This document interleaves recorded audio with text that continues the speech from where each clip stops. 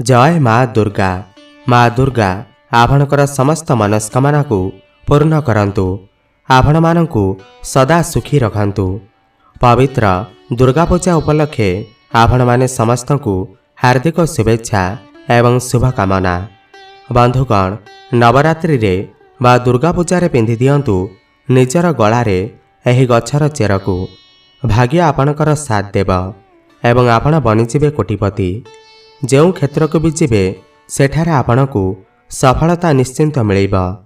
बंधुगण, हिंदू संस्कृति रे केते प्रकार पौराणिक मान्यता को महत्व दि जाइए कि केते एमिति वृक्षलता होई थांती जे कि बहुत शुभ एवं पवित्र माना जाई थाए। केते एमिति वृक्षलता होई थांती जे कि आमर जीवन रे चालुथिबा समस्या को दूर करि देई थांती। खास कथा यह अटे कि वृक्षलतार ना केवल लोक माने पूजा करि थांती बरम औषध रूपरे मध्य प्रयोग करि थांती। यह केते प्रकार बीमारी को ठीक करि थाए एवं वेद पुराण रे भी केते प्रकार वृक्षलता मानकर उल्लेख रही अछि, जेमिति कि तुलसीर गछ, ओस्त गछ, बर गछ एमानकर बहुत ही अधिक महत्व रही थाए। बंधुगण, जदि आपण देखिथिबे आमे समस्ते ओस्त गछर पूजा कौन पाई करि थांती। आमे ओस्त गछर पूजा कौन पाई करिबा दरकार।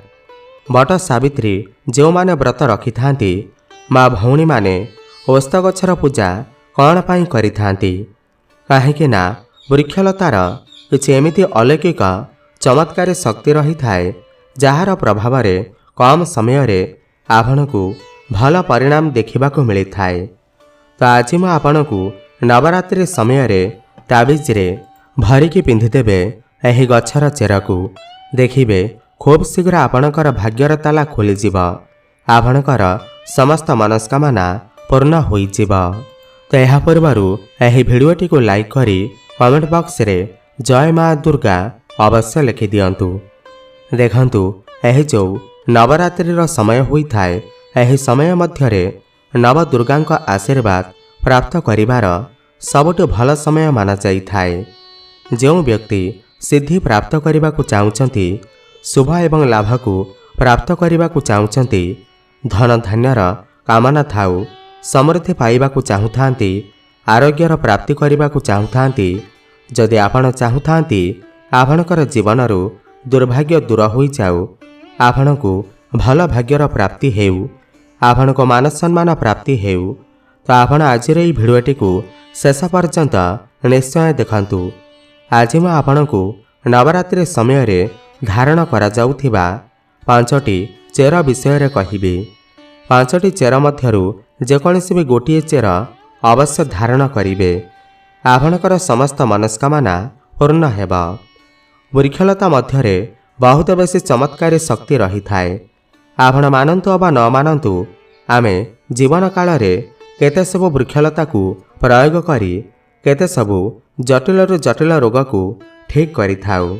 सेथिपाई जो वृक्षलता होई थांती कोठी ना कोठी धार्मिक दृष्टिकोणरू आध्यात्मिक दृष्टिकोणरू आमको फायदा पहुँचाई थांती। सर्वप्रथमे तो आपण नवरात्रिर 9 दिन मध्यरे आपण कोनोसी भी दिन एही वृक्षलतार चेर को नहीं आसंतु एवं पूजा करी आपण एहाकु धारण करि पारिबे। आपण को सही समस्त जिनिस प्राप्ति हेबा जो जिनिस आपण प्राप्त करने मनरे चाहूँगी। बंधुगण, महंगा रत्न पिंधिबा परिवर्ते जदि आपण एही वृक्षलतार चेर को धारण करिवे तो ताठारो अधिक भल परिणाम आपण को प्राप्ति होई पारिबा। बंधुगण, सर्वप्रथमे तो एही वृक्षलतार चेर को आनिबा परे आपण को कौन करने को पड़िबा। एहाकु देवी प्रतिमा परी 9 दिन पर्यंत पूजा करने को होई थाए। जेमिति माता नवदुर्गा को पूजा करि थांती, ठीक सही प्रकार एही वृक्षलतार चेर को आनी 9 दिन पर्यंत आपण को पूजा करिवार अछि एवं 10म दिन जो विजय दशमी होई थाए, सही दिन चांदीर ताबिजर पुराई पिंधिबा को पड़िबा। चांदीर ताबिज पाई जदि आपणकर पाखरे संबल नाही, तेबे आपण तंबार ताबिज मध्य धारण करि पारिबे। तो आसंतु एही भिडियो रे जानिबा कि केउं वृक्षर चेर को आमे ନବରାତ୍ରିର 9 ଦିନ ମଧ୍ୟରେ ଆଣି ଧାରଣ କରିବା ଦରକାର। ସର୍ବପ୍ରଥମେ ଆପଣଙ୍କୁ ଚମେଲିର ଚେର ଆଣିବା ଦରକାର। ଚମେଲି ଗଛର ଚେରର ଫାଇଦା ବତେଇବାକୁ ଚାହିଁବି। ଚମେଲିର ମୂଳରେ ବା ଚେରରେ ଦୈବୀ ଶକ୍ତିମାନଙ୍କର ବାସ ହୋଇଥାଏ। ଆପଣ ଦେଖିଥିବେ ଚମେଲିର ଯେଉଁ ତେଲ ଥାଏ ତାହା ହନୁମାନ ମହାରାଜାଙ୍କୁ ସମର୍ପିତ ହୋଇଥାଏ। ଏଥିରେ ହନୁମାନ ମହାରାଜାଙ୍କର ଦୈବୀ ଶକ୍ତି ରହିଥାଏ। ଯେଉଁ ଲୋକ ମା ଲକ୍ଷ୍ମୀଙ୍କର କୃପା ପ୍ରାପ୍ତି କରିବାକୁ ଚାହୁଁଛନ୍ତି, ଲକ୍ଷ୍ମୀ ସିଦ୍ଧି ପ୍ରାପ୍ତି କରିବାକୁ ଚାହୁଁଛନ୍ତି, ଯେଉଁ ଲୋକ ମନ୍ତ୍ରକୁ ସିଦ୍ଧି କରିବାକୁ ଚାହୁଁଛନ୍ତି, ଯେଉଁ ଲୋକ ଆରୋଗ୍ୟ ରହିବାକୁ ଚାହୁଁଛନ୍ତି, ଏମିତି ବ୍ୟକ୍ତି ଚମେଲିର ଯେଉଁ ଚେର ହୋଇଥାଏ ଏହାକୁ ଅବଶ୍ୟ ଆଣିବା ଉଚିତ। ଚମେଲିର ଯେଉଁ ଚେର ହୋଇଥାଏ ଏହାକୁ ନବରାତ୍ରି ସମୟରେ ନେଇ ଆସନ୍ତୁ ଏବଂ ଏହାକୁ 9 ଦିନ ପୂଜା କରନ୍ତୁ। 9 ଦିନ ନ କରିପାରିଲେ କମ୍ ସେ କମ୍ ଗୋଟିଏ ଦିନ ପୂଜା କରିଦେବେ। ଏହାକୁ ପୂଜା କରିବା ପରେ ଏହାକୁ ଚାନ୍ଦିର ତାବିଜରେ ପୁରାଇ କିମ୍ବା ତମ୍ବାର ତାବିଜରେ ପୁରାଇ ଧାରଣ କରନ୍ତୁ। ଆପଣ ଦଶହରା ଦିନ ଏହାକୁ ଧାରଣ କରନ୍ତୁ।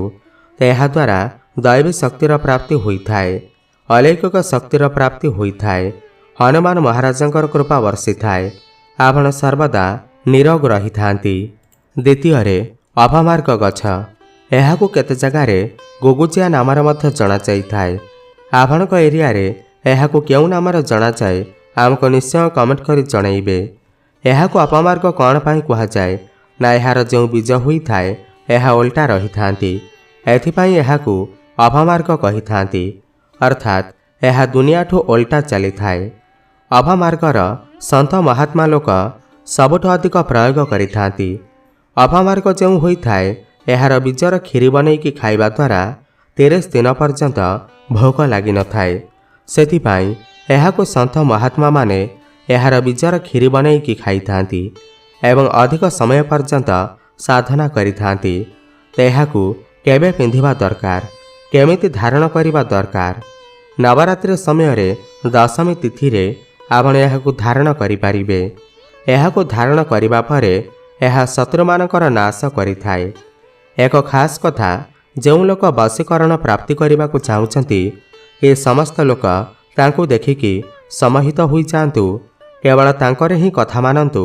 ତେମିତି ବ୍ୟକ୍ତି ଅପମାର୍ଗର ଚେର ନିଶ୍ଚୟ ଧାରଣ କରନ୍ତୁ। ଏହାର ଚେରକୁ ଧାରଣ କରିବା ପରେ ଆଧ୍ୟାତ୍ମିକ ଉନ୍ନତି ହୋଇଥାଏ, ଭାଗ୍ୟର ତାଲା ଖୋଲି ଯାଇଥାଏ। ଆପଣ ଯେଉଁଠାକୁ ବି ଯାଆନ୍ତୁ ଲୋକମାନେ ଆପଣଙ୍କୁ ଦେଖିକି ଆକର୍ଷିତ ହେବେ, ଆପଣଙ୍କର ବଶୀଭୂତ ହୋଇଯିବେ।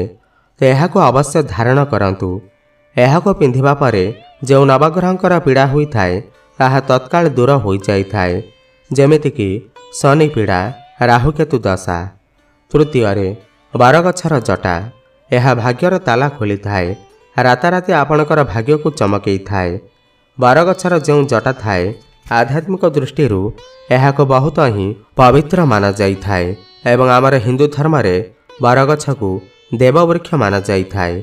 ଦେବବୃକ୍ଷ କ'ଣ ପାଇଁ କୁହାଯାଇଥାଏ ନା କାହିଁକି ନା ବଟ ସାବିତ୍ରୀ ଦିନ ଆପଣ ନିଶ୍ଚୟ ଦେଖିଥିବେ ଏହି ବରଗଛର ପୂଜା ହୋଇଥାଏ।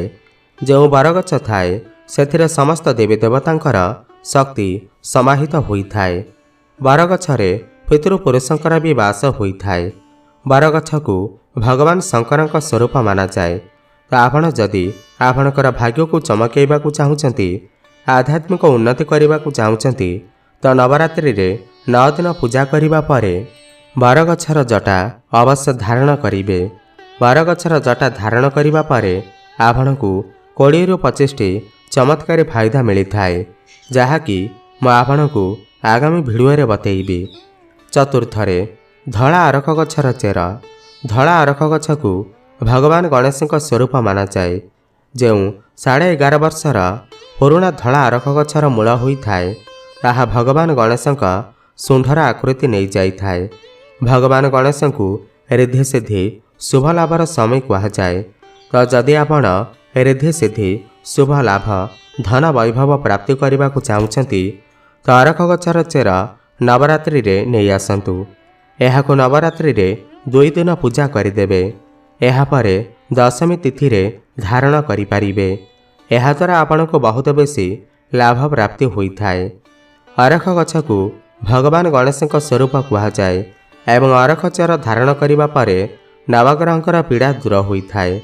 ଖାସ୍ କରି ବୁଧ ଗ୍ରହଙ୍କ ପୀଡ଼ା ଦୂର ହୋଇଥାଏ। ଶେଷରେ ଅପରାଜିତା ଗଛ। ଅପରାଜିତା କ'ଣ ପାଇଁ ଧାରଣ କରିବା ଦରକାର? ଯେଉଁ ଅପରାଜିତା ଗଛ ହୋଇଥାଏ ଏହାର ପୁଷ୍ପ ମାତା ଲକ୍ଷ୍ମୀଙ୍କର ଅତ୍ୟନ୍ତ ପ୍ରିୟ ହୋଇଥାଏ। ଅପରାଜିତାର ପୁଷ୍ପ ମାତା ଲକ୍ଷ୍ମୀଙ୍କୁ ବହୁତ ବେଶୀ ପସନ୍ଦ ଅଟେ ଏବଂ ଅଧିକ ଥର ଲକ୍ଷ୍ମୀ ପୂଜାରେ ଯଦି ଆପଣ ମା ଲକ୍ଷ୍ମୀଙ୍କୁ ପ୍ରସନ୍ନ କରିବାକୁ ଚାହୁଁଛନ୍ତି ତ ଅପରାଜିତା ଗଛର ଚେରକୁ ଧାରଣ କରନ୍ତୁ। ଏହାକୁ ଚାନ୍ଦିର ତାବିଜରେ ପୁରାଇ ଧାରଣ କରିପାରିବେ। ଦେଖିବେ ଆପଣଙ୍କୁ ମା ଲକ୍ଷ୍ମୀଙ୍କର କୃପା ପ୍ରାପ୍ତି ହେବ। ଭାଗ୍ୟର କବାଟ ଖୋଲି ଯାଇଥାଏ। ଚାକିରି ଦରକାର ଯଦି ଆପଣଙ୍କୁ ଚାକିରି ପ୍ରାପ୍ତି ହୋଇଥାଏ। ଆପଣଙ୍କର ଆଧ୍ୟାତ୍ମିକ ଉନ୍ନତି ହୋଇଥାଏ।